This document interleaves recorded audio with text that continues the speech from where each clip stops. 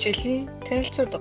Хичээлийн сэдэв. Дулааны энергийг хэрхэн үр ашигтай зарцуулах вэ? Дулааны энергийг үр ашигтай зарцуулах нь дулааны алдагдлыг багасгаж, энергийн хэрэглээг оновчтой болгохыг хэлнэ. Энэ нь дулаалга, эрчим хүчний хэмнэлттэй систем, технологи зэрэг олон арга замаар хэрэгждэг. Санки диаграм энергийн урсгалыг харуулж хаана алдагдал гарч байгааг тодорхойлоход тусалдаг. Энэ хичээлээр бид дулааны энергийг хэрэглэж буй амьдралын жишээ гаргана.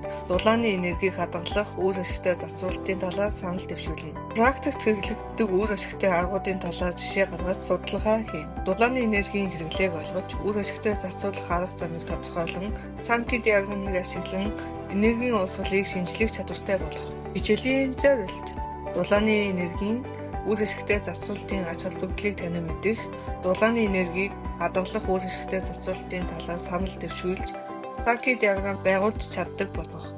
Практикт хэрэглэгддэг үр ашигтай аргуудын нийслэн өөрийн амьдралдаа хэрэглэх боломжийг тодорхойлно. Хэрэглэгдэх хүн: сурах бичиг, дэвтэр, боллуур, харандаа, бал, тодруулагч.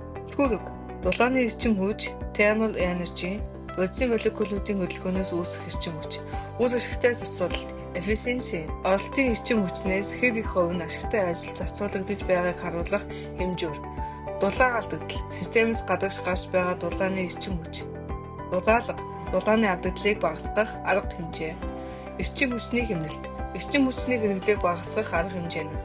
Санки диаграм эрчим хүчний урсгалыг харуулах төрлийн диаграм. Үр дүн мэднэ дулааны энергийг үр ашигтай зарцуулахын ач холбогдлыг танин мэднэ, чадна. Дулаан алдагдлыг бууруулах санаа дэвшүүлж, энгийн санки диаграм зурж чаддаг болно. Хэрэглэнэ: гэр ахуйтай энерги хэмнэх практик аргуудыг хэрэгжүүлэх боломжийг үнэлнэ.